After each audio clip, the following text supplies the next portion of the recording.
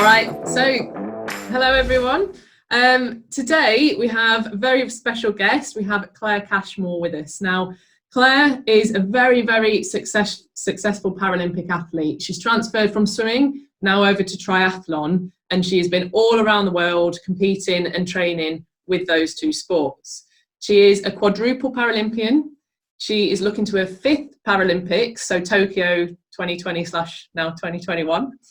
And she is a multiple Paralympic medalist as well. But on the side of that, she is also a fantastic ambassador for the charity Reach. And she's going to tell us all about her career and all about what she's doing with Reach today. So welcome, Claire. Thanks for being with us. How are you?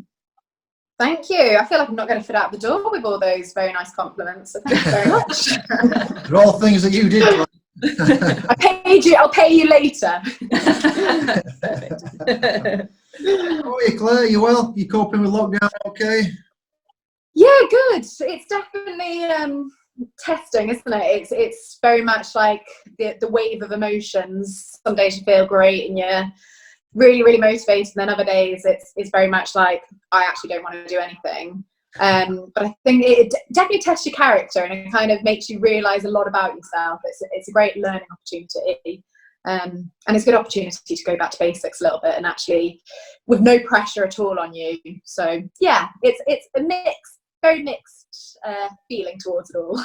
Yeah, definitely. Yeah, that's what quite a few people are saying. It's sort of ups and downs. Some people just try and be like, oh no, it's always great all the time, but in reality, yeah, there are those ups and downs, and it's all right to acknowledge that, I think. How are you? Yeah, I think it's important to acknowledge that as well. I think it's important to realise that it's okay to feel like that, and you would be completely superhuman if you were feeling absolutely amazing every day. And if you are, gosh, you're an incredible person.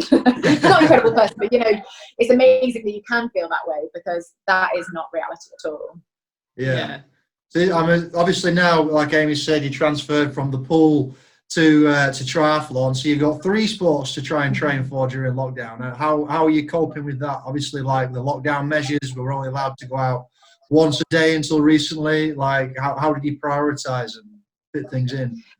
Yeah, so I am actually very lucky the fact that I have moved from swimming to triathlon, because I do have those 2 sports that I can still do. Swimming obviously is slightly more challenging, and we have got a paddling pool in our back garden, which is about 12-13 degrees, so it's pretty chilly in there. But it's just trying to help feel the water a little bit. Like when I say paddling pool, it's not even really a paddling pool, it's a tiny little thing, but at least you can actually feel something of your swim stroke. But cycling and running have been pretty good. I've been able to up the volume on that a little bit, which has been quite useful in this time, particularly as they're going to be naturally my weaker of the 3. So spending all my time cycling indoors and then running outside, and virtual gaming on the bike, which I never thought I would be into, but actually I've got quite addicted to it, and it's the constant like trying to chase people next to you, even though you have no clue who they are. Is that on the Swift, is it? Swift. Yeah, I've seen that. That looks pretty good. Yeah, no, it is good fun, actually. I've never been into gaming, and I hate sitting on a turbo indoors, so it's actually really helped me just entertain me and be able to have that competitive, you can race on there, which is really good, so you can still get that, what we all love, the racing side of things. Yeah, for sure. I mean, with the cycling, if you have been able to get outdoors, I guess it's kind of good. Like, there's been less cars on the road, which is perfect for cyclists, isn't it? Yeah, it is amazing, actually. I haven't been going out that much, just because we were kind of advised not to, in terms of putting stress on the NHS. If something did happen, if you did have an accident. So I've been trying to limit it to like once a week. But when I have been going out, it's been so peaceful. You don't have cars driving up right behind you and pushing off the side of the road, so it has been lovely in that sense. But hopefully now the lockdown's kind of eased a little bit, can get out a little bit more, which is really good, so especially as the weather's getting better. Yeah, it's perfect, isn't it, right now? So you've gone from being essentially a sprinter in the pool to doing triathlons, which are obviously a much more endurance based event. So there's a lot of changes there, obviously, with the two different disciplines, the 2 extra disciplines, and now with the energy systems you've got to hit totally differently. How has your training had to change, and kind of what encouraged you to make that change from swimming into triathlon as well? So obviously it is completely different. You know, I've gone from a minute whatever race to an hour something race, which is huge. And I remember my first race I did, and I was like, what on earth am I doing here? This is horrific. Like an hour of pain rather than a minute, which is over quite quickly. But I actually think I'm probably more suited to triathlon. I think I was never really a sprint athlete. You know, I tried to build muscle and I just couldn't. Whereas actually my build is probably more suited to that endurance kind of sport. And they still call it a sprint triathlon. And I'm like, that is no way a sprint. That is a long So yeah, there's been a lot of changes. And obviously you've got, like you said earlier, you've got 4 disciplines to fit in, the swim, the bike, the run, and then the gym, rather than just swimming and gym. So it is a balancing act. But I love that balancing act. I think it keeps you fresh. I think swimming is a really tough sport because you're day in, day out doing the exact same thing and working the same muscles. Whereas at least in triathlon, you know, predominantly my legs on the bike and the run, and then going into the pool using your arms a little bit more. So you just don't feel that same fatigue that you feel during swimming. I remember just feeling like a zombie 90% of the time when I used to swim.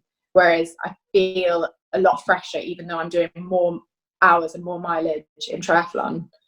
Oh, That's right. interesting. Yeah, really interesting. I think it's just that change of stimulus, isn't it? You know, you're not doing the same movement pattern the whole time. Yeah, I mean, it emphasises how important that is, and it is maybe even just as much a mental challenge as it is a physical, really, to get all that training in and everything like that. I mean, on the race side of things, to mentally prepare yourself for a sprint race is one thing. To prepare yourself for an hour long or whatever more race can be totally different. I mean, have you found that that's changed for you? Have you had to prepare differently? 100%. I think swimming, I put so much pressure on myself. You know, I would be standing behind that starting block with my music in my ears and just jumping around and really, you know, trying to get in this zone. And knowing that I only had 1 minute, whatever, to get from A to B in the fastest way possible. And so I would put a lot of pressure on myself to make any mistakes, or, you know, if things didn't go well, I'd completely beat myself up. Whereas triathlon is completely different. You know that you've got an hour and so much can change throughout the race that it's not the same kind of pressure. And maybe it's because I've gone into it in a different light and, you know, use my experience from my swimming to kind of not beat myself up so much about when performances don't go the way I want them to go. And yeah, just enjoy. I actually enjoy the racing a lot more because I think it is over a longer period, so you can take it in a bit more rather than before you know it, the race is over. And you don't, in swimming, I don't think you often remember the race, do you? Because it goes past you so quickly. Before you know it, you touch the ball and you're like, oh. Yeah. Actually an easier sport than swimming, is that what you're saying? Yeah, no. No pressure, plenty of time. It's very different in terms of like getting your head around all the tactical stuff and, you know, the transitions, and when you're trying to run with a bike and jump on at the same time, and all those things that you're just like, what the hell is coming up next? What am I doing? And my mind for the first few races was just everywhere because there was so much to remember. Whereas swimming had become so routine that I knew that I'd dive in the pool and it'd be automatic. So yeah, it's been a really good change, and it's definitely challenged me. Sorry, Claire. Sorry, no. How long have you been with triathlon now then? How long's this transition been going on? So after 2016, I had a few months out of doing anything. I just really needed to find myself. I was feeling a little bit broken from everything with swimming, so I just needed to go and discover myself a little bit more. And then I moved into triathlon in February of 2017. Okay. So yeah, a while now. So I'm quite grateful for the fact that I've actually got an extra year until Tokyo. It just gives me that extra bit of time to be more prepared in one sense. Yeah, definitely. And like you were saying, there's so many more aspects to consider within a race in triathlon as well, and you have time to think about it. I mean, the other things you probably have to learn alongside what you have to do is you know, the swimming, biking, running, is things like mechanical issues on the bike. Like that's something that you can't necessarily always control, and you have to maybe learn how to fix that yourself to, you know, for part of a race. You can't always get, you know, nowhere near a station to have it fixed for you or anything, and you have to learn all that side of stuff as well. The worst we could have is the suit rip. That's, you know, Yeah. maybe. Well, I did have that before. Yeah. But yeah, I think you were there at my first World Championships actually, Amy, when I did have a big mechanical. Well, I got taken off the bike and somebody came behind me and knocked me off, and I flew into the barriers, and my bike was in about 3 pieces. You know, I had one wheel here, one wheel completely bent, my derailleur was completely off, and I had absolutely no clue how to fix this. And you aren't really allowed any outside assistance, so I had to run like a lap to get to the aid station, where they weren't actually allowed to help me. But I think because my bike was in such a mess, they were just like, well, we're going to have to do something to put this bike back together so you can at least finish. But yeah, I've definitely come along a lot away since then. But yeah, there's so many things, you know, there's penalties, I had my wetsuit strap ripped, so I couldn't get my wetsuit down, so I literally had to like have like a Hulk moment and try and rip it off me. I was like, I don't know what to do, I can't get it down, nobody can help you. And then you can get penalties for drafting. There's all sorts of things that you've got to learn. And you've also got to count laps, you know, in the pool, when you've got 2 lengths to do, or however many it is. Whereas if you've got 5 laps of a bike course and then 4 laps of a run course, when you're tired and all the, you know, your blood is going to your muscles rather than your brain, it's quite easy to forget. Yeah, I can imagine. There's a lot going on in that head. Yeah, definitely. Well, didn't you have somebody do that on one of your camps? Somebody did an extra lap. I've known it. Yeah, I've known it. It's happened a few times, I think. It's my biggest fear. But then generally, I have like my clock on my my Garmin counting. Well, it tells me how far I've gone distance-wise. So I'm like, okay, I know to go in now. Otherwise, I would be useless. I'd be doing 10 laps instead of like 5 or something. Or the opposite way, I'd do 1. So, traveling back in time a little bit, we've known each other for a long time. We kind of grew up in a swimming club together as kids. There in Wye Forest Swimming Club. And when we were there, you were at the time the only para athlete in the club, I believe. How did you find that? It's funny actually. I was trying to think back to what our Wye Forest days. I do remember a lot of us training, just the 2 of us, getting up in the morning and crazy. Yeah, exactly. All on our own with our parents sat on side. Yeah. Yeah, I think Wye Forest was amazing actually. You know, I was never treated any differently, and that's always the way I kind of want it to be. And I hope that I fitted in well. I think I did. Amy will be able to tell me differently. But no, I kind of made sure that no allowances were given to me. Obviously, there would be times where I definitely could not keep up with Amy, even if I wanted to. But, you know, I was kind of put in a lane to make sure that I could fit in with those guys. And I think everybody was really, really accepting. Whereas I have been to other clubs where maybe I haven't been accepted as well. I've kind of been treated slightly differently, which was quite upsetting for me, because it's not the way you want to be. You want to fit in, you know, like everybody else. And I think often that is ignorance. It's people's nervousness around disability. Obviously, that is changing massively, but I think in a lot of clubs, they never have seen somebody with a disability and they just don't know what to do. So rather than kind of accepting it and maybe talking to the person, they just ignore it completely. But the coaches at Wye Forest have always been brilliant at just crack on as everybody else. That's right. Yeah, sure. Well, that's kind of how I saw it from my point of view as well when we were both there. And like I say, I remember, we used to get given some extra sessions, didn't we, to do in mornings and Yeah. Yeah, go to Holy Trinity School. But Yeah, at the time, absolutely petrified of the changing rooms. Yes. If ever Amy got out early, I was so scared there was ghosts in there that I would like not really even change in there and be like, right, I'm going. Not that, or if I get out early and Amy was still in the pool, let's say. I just remember it being really dark at the one end, at the deep end, and I used to swim a lot faster in that end of the pool than at the other end. It's just weirdly, you're convinced there's like sharks in there. It's like it's a pool. Oh, maybe that's my mind. at this point. Yeah. Maybe just go faster. It was okay. Yeah, but you were like 17. No. No, we were young. We were definitely younger than that. Maybe 15. It seems to me like you just said there about the level of knowledge and acceptance and stuff like that around poolside now. Since I'd say Beijing Olympics, and definitely since London, there seems to have been a massive like change and shift in people's just perception of the Paralympic and stuff. And from my point of view, anyway, have you noticed that? Would you agree with that? Like, has there been change? Yeah, 100%. I think London was the massive game changer. I think before that, we were kind of just seen as, you know, people with a disability getting involved in sport. Isn't that brilliant?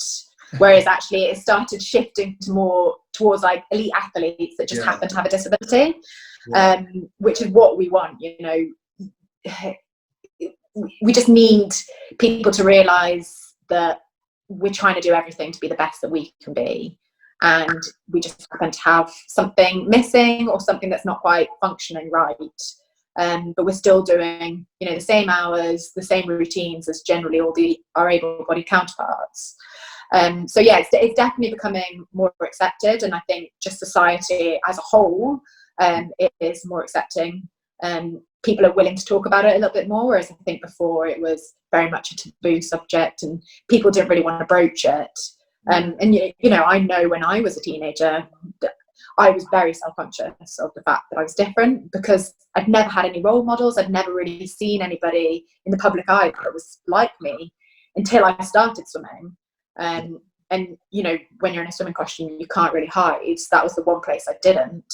Whereas when I was at school, I used to, you know, massively hide my arm away and wouldn't really want anybody to know that I was different to them.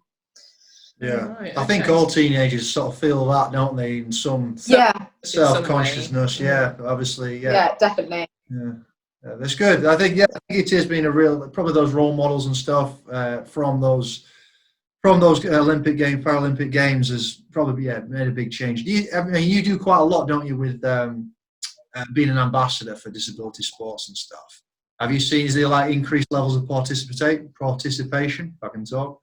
I think, yeah, it's something I'm very passionate about. I think sport massively changed my life. It was the reason that I am the individual I am today, and the fact that I am, you know, happy in my own body is because of sport.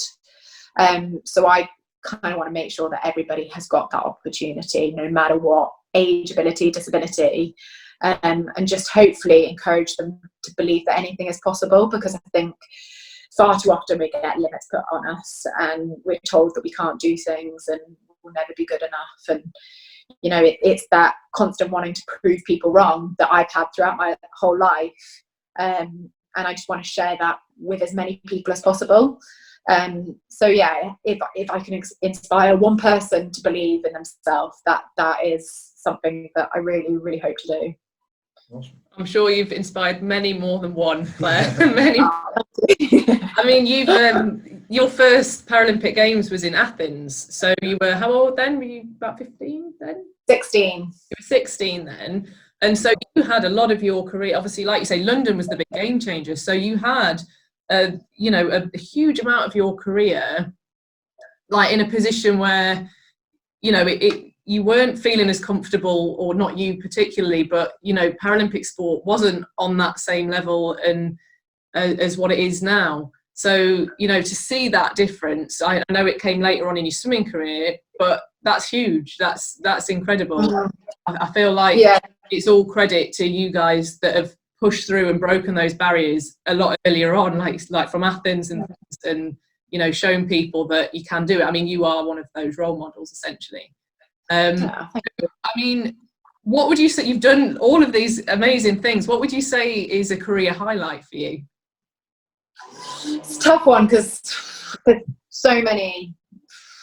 I'd say in swimming, it was definitely back in 2011 when I won my first individual gold medal in Rio.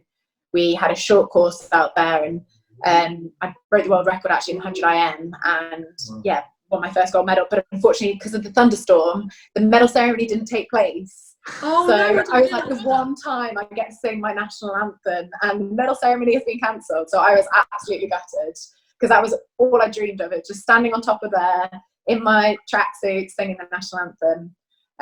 But in triathlon, it's actually a very different one. It was this year at the World Championships, where I did actually win again, but that wasn't really well, it was the highlight, but it was more the fact that how much the race changed. So I went into the race, and I ended up having an absolute nightmare in the swim and came out fourth by quite a long way. Whereas normally I'd be right at the front with the top girls, but I was way behind, and I'd completely given up. I'd written myself off. I was like, you're rubbish, you know, you're shattered, you're clearly not in the game, and all these really negative emotions going through my head. And then I got onto the bike, and man, I was like 2 minutes behind at this point, and you know, they kept calling to me, you're 2 minutes from the leader. Caught up third, managed to catch up second, but I was still really far behind the first person. And each lap on the bike, I kept noticing the time difference was going down by, you know, small margins.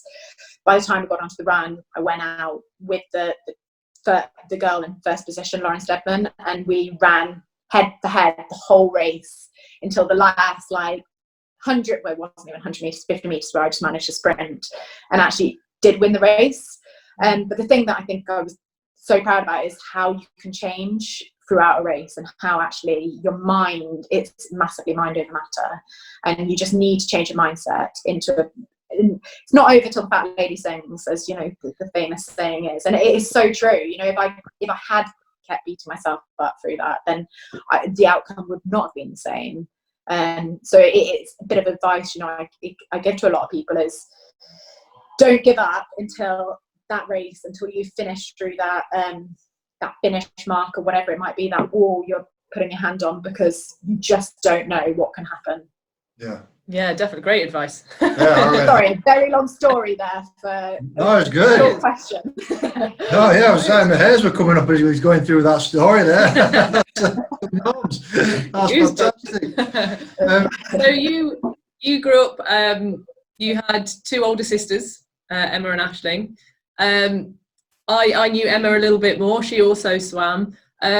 Growing up, obviously, was there any sibling rivalry at all? Did that help you with the swimming, or hinder it, or you know, anything like that at all, that helped you apply yourself to sport? Yeah, I think there's definitely that rivalry. I think there's always going to be. We're a very competitive family. You know, if we play board games at home, it's like World War III has broken out in our house, because we're all fighting against each other. But I think that the most important thing that, you know, my parents have always instilled into me is that actually, yes, there's that rivalry, but that is fun, and that's where it ends. And actually, it's making sure that you understand that you're all different, you're all individuals, you all have your own strengths, you all have your own weaknesses, and never ever compare yourselves to your siblings, because you're different, you're a different person. And you know, my sisters are far more academic than me, and I went down more the sporting route. And I'm not saying I did badly in my academics, but you know, they definitely excelled. So but my parents have never treated me any differently, and they've kind of accepted that we're all individuals, which I think is an amazing thing, and I massively thank them for. But I also think having two older sisters, particularly living with a disability, they definitely didn't make any excuses for me. They say they did, but they used to tie me up with my sleeves up so I couldn't get out, which I say is definitely it's toughened me up for the future. So my parents treated me exactly the same as them, and didn't kind of allow me to. Well, they tied you up as well. They get them in trouble. No, they didn't tie me up. But yeah, just kind of, I was never wrapped in cotton wool. I was never treated any differently. So kind of, it's made me pretty independent. And you know, not make excuses for what I can't do, and rather having that can do kind of attitude. Yeah, definitely. Yeah, I know you now do like that attitude you take, like you say, you try to inspire people in the next generation, which is brilliant. You do a lot of work in schools and with the charity Reach. Could you just tell us a bit about that charity and what it is, what it's about, and like your involvement with it? Yeah, so Reach is basically a charity for people with upper limb deficiencies of any kind of sort. So basically, I'm trying to do what I did as a kid and go back there and help the parents realise that their children will be okay. Yes, they will struggle, and there might be times where they do feel self-conscious, but they're okay. So just being there as a bit of a sounding board to kind of talk through the life cycle that you go through living with something that is a bit of a difference. Right. But also kind of trying to inspire those children to, again, believe that they can achieve anything.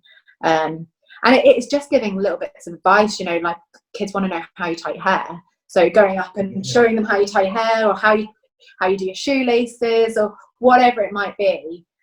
So something I am really passionate about, and I love going. We have like a family weekend every year, and a big like party and a big conference, and it's just amazing seeing so many of these kids just not caring about anything and being able to socialize with people that are similar to them and learning so much from them, which is incredible. That's great. You do some videos, don't you, of things like tying your hair or painting your nails? I remember you doing one for that. Yeah, I did a few of those. People were like, we just like seeing it just because we like giggling. So also like salt and pepper. People are like, how do you do salt and pepper? So I had to like show, because I basically put it on my head and then get it like this, which my friends just keep wanting me to upload a video just so they can laugh at me. Like, guys, that's me. I know you sometimes do a little challenge with the kids at schools, don't you? Like race them to tie your shoelaces and stuff like that. Yeah, tie shoelaces or put a hat on with one hand. Yeah. Or no hands, because there's obviously the Chinese swimmers which have no arms whatsoever, and they put their hat on with their feet. Wow. And I just think it's absolutely incredible. You what? Sorry? You've got to be pretty flexible for that. Yeah. It's honestly, Amy, it's amazing to watch them. You're just like, how do you do this? So yeah, it's often a challenge I do in schools, and you'd be surprised some of the kids can get pretty far with these hats with their feet, and I can't do it with my feet, but I can do it with my one hand. Some dexterity, something to work on during lockdown. Yeah. So it's a challenge for everybody. Yeah. Hat, one hand, is what you've got to do. Right. So you were obviously born without your left forearm, and I know you don't use it very often, but you do have prosthetics. I know on the bike you'll probably use it more a little bit now. And I remember when you were a kid, you had one growing up, and because you didn't really use it probably for its purpose so much, you used to use it to try and play tricks on people. What would you say your favourite trick to play on people was with it?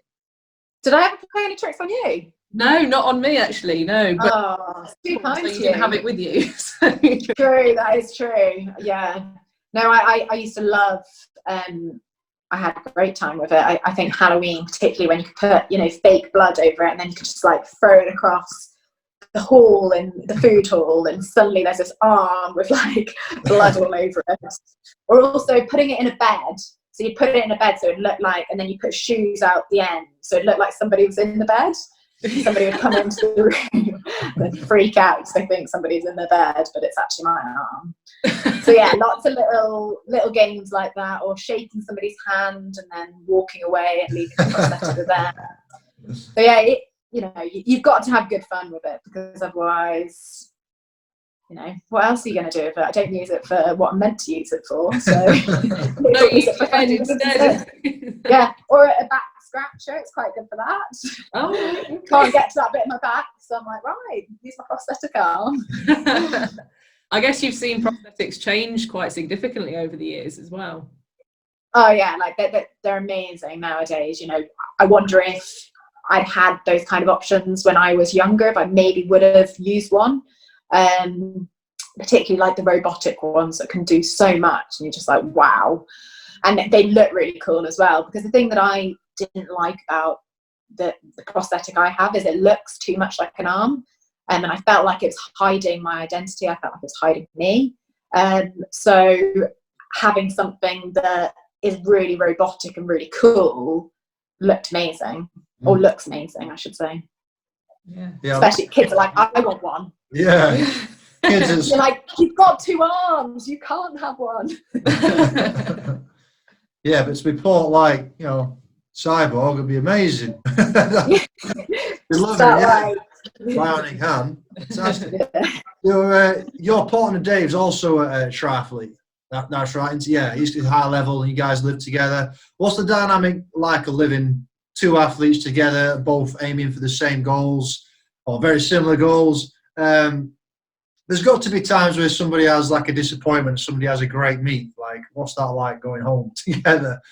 Yeah, definitely. I think competition time is particularly stressful. We try to avoid each other a little bit more because you just know you're both on edge and you take it out on the one you love, don't you? So often it's him taking out on me and me taking out on him. But yeah, there definitely has been quite a few hard years for us both, particularly. So London, I obviously qualified, and he missed out by, you know, a margin.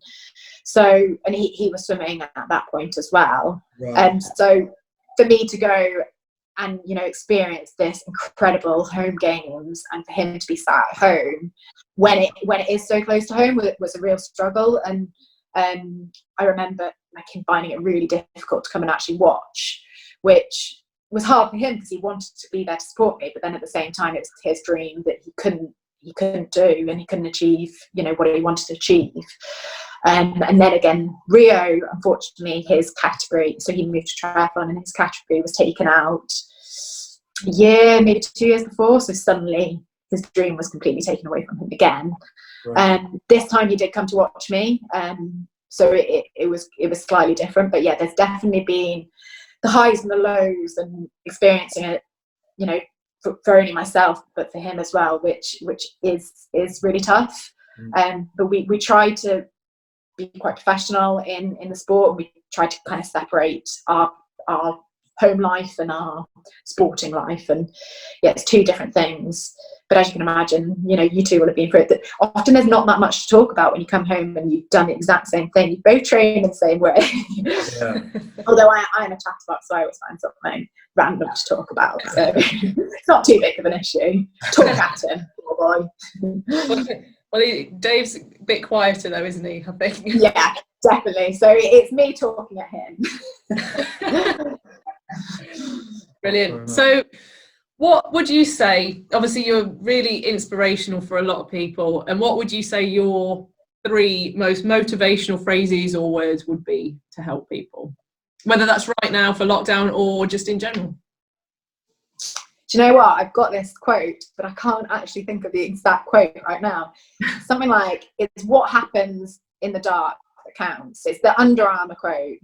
I saw that the other day, yeah. Yeah, and it actually means a lot, I think, during this time, because I think, you know, we're not being able to show our performances, we're not able to compete, we're not able to show people what we're about, and that's why we train.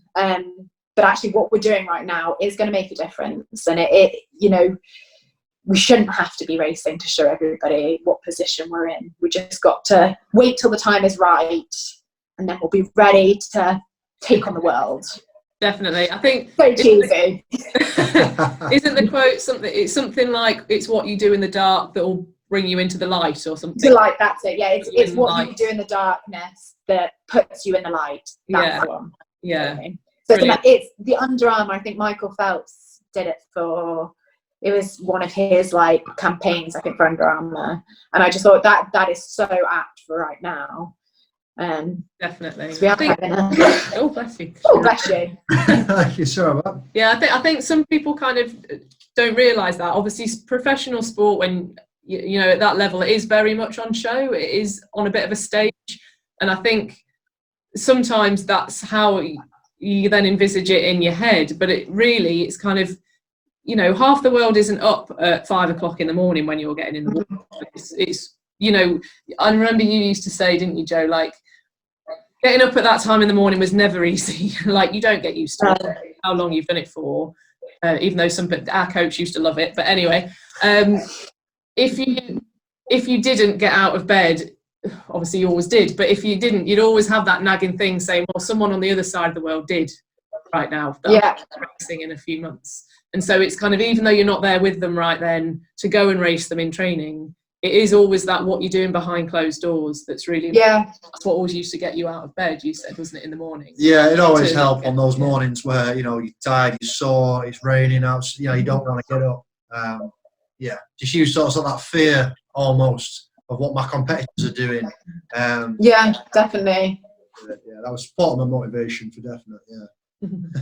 And I think often it's like you're saying, people don't actually know what the life of an athlete is. They, you know, they think it's all amazing medals and all these, you know, glorious moments where you're standing in front of the crowds at the World Championships, Europeans, Nationals, whatever it is. But they actually don't see all that hard work that goes on behind closed doors, behind, you know, when you are on your own and it's really tough. Yeah. They just see the good.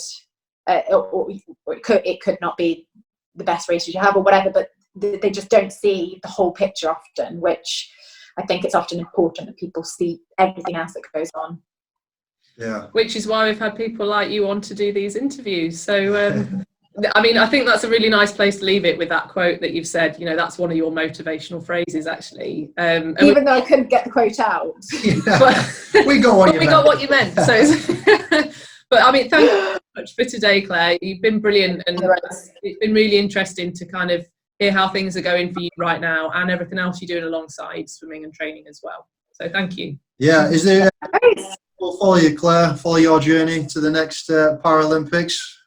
Thank you. Yeah. Now, where do they need to follow you? Are you on Twitter, Instagram? Oh, where? Sorry, did you say where? Yeah, What Instagram. What am I? At Claire Cashmore 1, maybe. At Claire Cashmore. And you'll find me. I don't think there's that many Claire Cashmores out there. Fair enough. No, and you've got your maybe there is. Haven't you? I've got my what? Sorry, own website. You've got your own website as well. Yeah, but I'm not very good at updating it. I'm a bit of a technophobe, so probably all my swimming days and nothing triathlon, I think, on there. So yeah, I'm more active on Twitter and Instagram than I am on my website. Cool. So, yeah. Brilliant. Well, guys, go and follow Claire, follow her journey up to Tokyo now 2021, and we wish you all the best. Yeah, hope thank you. A memorable, exciting journey, and that when you get there, it's a really good one for you. Yeah. Best of luck to you on day, Claire. Thanks for joining us. Thank you. Yeah. See you. Bye, Claire. Bye.